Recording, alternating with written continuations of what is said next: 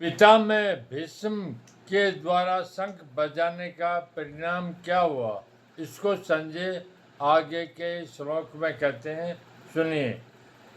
यद्यपि भीष्म जी ने युद्ध आरंभ की घोषणा करने के लिए शंख नहीं बजाया था, प्रत्युत दुर्योधन को प्रसन्न करने के लिए ही शंख बजाया था।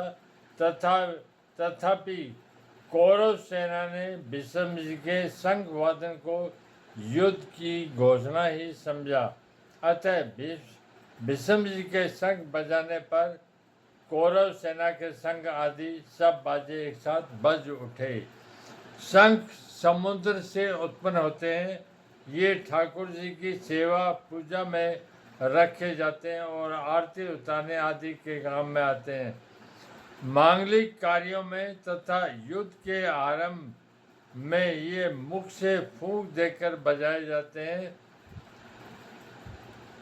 बेरी नाम नगाड़ों का है। जो बड़े नगाड़े होते हैं उनको नौबत कहते हैं। ये नगाड़े लोहे के बने हुए और भैंसे के चमड़े से मढ़े होते हैं तथा लकड़ी के डंडे से बजाए जाते हैं।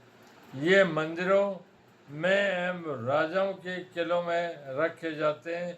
उत्सव और मांगलिक कार्यों में ये विशेषता से बजाए जाते हैं।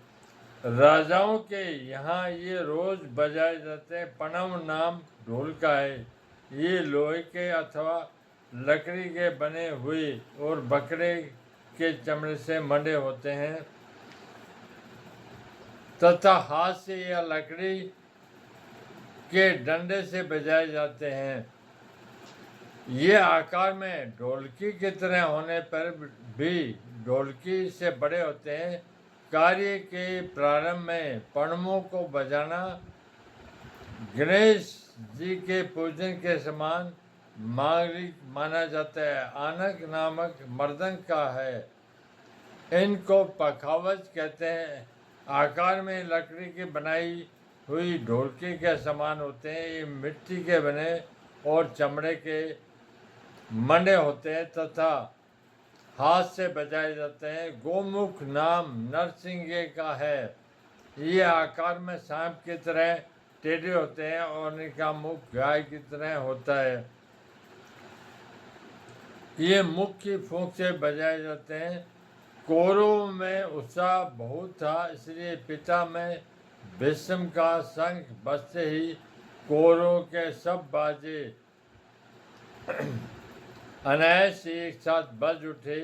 उनके बजाने में देरी नहीं हुई तथा उनको बजाने में परिश्रम भी नहीं हुआ। अलग अलग विभागों में टुकड़ियों में खड़ी हुई कौरव सेना ने शंख आदि बाजों का सब बड़ा भयंकर हुआ, अर्थात उनकी आवाज़ बड़ी जोर से गूंजते रही।